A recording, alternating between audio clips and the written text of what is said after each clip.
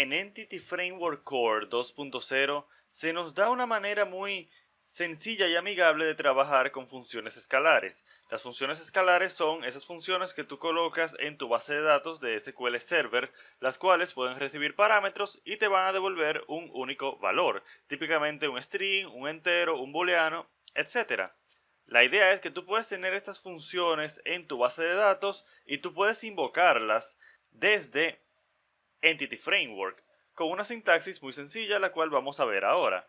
Para preparar una función escalar para utilizarla desde Entity Framework, lo primero que tenemos que hacer es tener una función escalar en nuestra base de datos. Entonces vamos a ir a SQL Server Management Studio y vamos a ver que aquí ya yo tengo el SQL que crea una función escalar en nuestra base de datos. Básicamente esta función, que se llama cantidad de cursos activos, lo que hace es que recibe el ID de un estudiante y te devuelve la cantidad de cursos activos que lleva el estudiante. La idea es entonces que yo voy a poder invocar esta función desde mis queries de Entity Framework. Entonces vamos a hacer esto. Lo primero que vamos a hacer es que vamos a ejecutar esta función para que se cree la función escalar en nuestra base de datos. Aquí vamos a ver que si vamos a Programmability, vamos a ir a Functions y vamos a ir a Funciones Escalares y vamos a ver que aquí tenemos la función.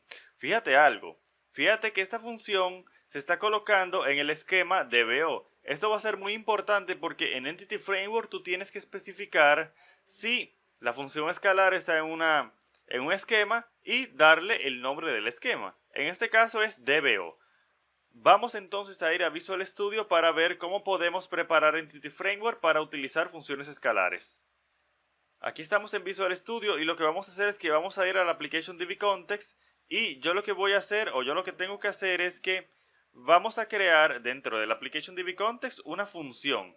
Va a ser una función estática, la cual va a devolver un entero. ¿Por qué va a devolver un entero? Pues porque mi función escalar devuelve un entero. Ahora, ¿cuál va a ser el nombre de esta función? Debe ser exactamente el mismo que el de la función escalar. Entonces yo voy a regresar a SQL Server y yo voy a copiar esto y vamos a pegarlo acá. Entonces, ¿qué parámetros recibe esta función? Pues un entero llamado estudiante ID. Esto es exactamente lo que tenemos aquí. Estudiante ID es el valor de entrada y el valor de salida es una variable del tipo entero. Entonces vamos a regresar a Visual Studio y vamos a continuar. Ahora lo que vamos a hacer es que aquí vamos simplemente a decir throw new exception. La razón por la que hacemos esto es que este método es un método dummy, es un método que solamente sirve para indicar cuál es la función escalar que queremos utilizar. Mas sin embargo, esta función nunca se va a ejecutar. Es decir, que esta función de C# no se va a ejecutar, pero la vamos a utilizar cuando queramos decirle al Entity Framework que por favor vaya a la base de datos y ejecute la función escalar que tiene este mismo nombre. Pero como te decía, tenemos que indicar el nombre del esquema. Para eso, antes de eso, necesitamos colocar el atributo que define esta función como una función que nos va a auxiliar para utilizar funciones escalares. El atributo se llama dbFunction. Vamos a colocar dbFunction acá. Hasta ahí estamos bien. Lo único que nos falta entonces es el esquema. Vamos a abrir un paréntesis acá y vamos a ver que tenemos varios atributos o varios valores. Por ejemplo, el nombre de la función. En caso de que la función no coincida con el nombre de la función en C#, es decir, que el nombre de la función escalar no coincida con el nombre de la función en C#, tú podrías tenerlos diferentes, pero para este caso no nos conviene para nada o no lo necesitamos, así que nos vamos a concentrar solamente en el esquema. Yo voy a decir esquema igual a DBO. Y ya con esto va a funcionar. Entonces, ¿cómo podemos utilizarlo? Como te decía, Entity Framework lo que va a hacer es que cuando vea que yo estoy utilizando esta función de C#, cuando haga el query va a mapear hacia la función escalar. Entonces vamos a ver un ejemplo de esto. Vamos a instanciar nuestro application dbContext y lo que vamos a hacer es que vamos a traer el listado de estudiantes que tengan cursos activos, pero nos vamos a apoyar en la función escalar que ya hicimos.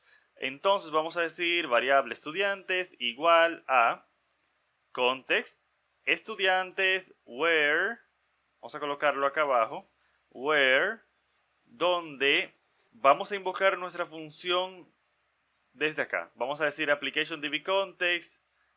Aquí no me sale la función porque hemos olvidado colocar la función como pública. Por defecto se ha colocado como privada. Ahora vamos a colocarla pública, vamos a salvar.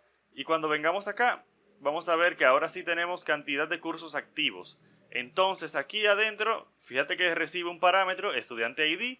Y entonces yo voy a decir x.id. Es decir, yo le voy a pasar el ID del estudiante. Y yo quiero que esto sea mayor que 0. Y vamos a venir para acá y vamos a decir toList.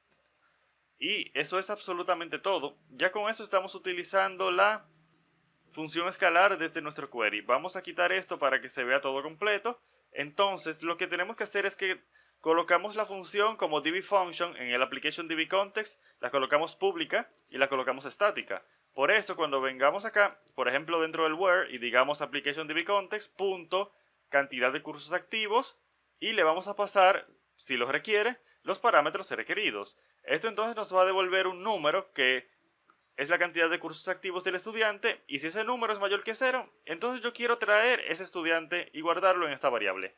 Y pues vamos a colocar un breakpoint y vamos a ver esto. Vamos a presionar F5 y vamos a ver dos cosas.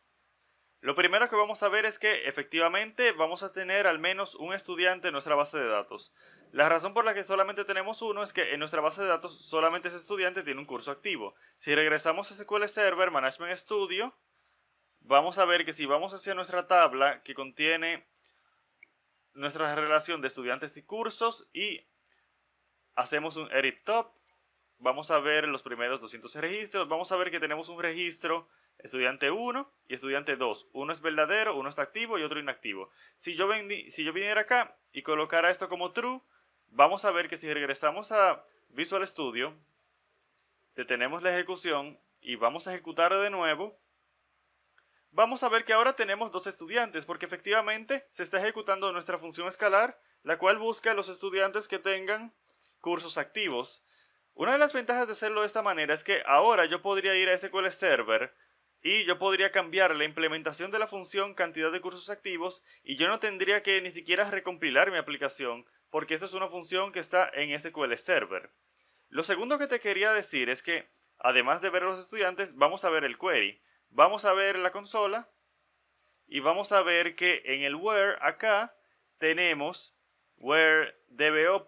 Cantidad de cursos activos y se le está pasando el ID del estudiante. Es decir, entonces que en el where de Entity Framework yo estoy invocando una función de C#, pero entonces cuando se arma el query, lo que Entity Framework hace es que invoca la función escalar que se encuentra en nuestra base de datos.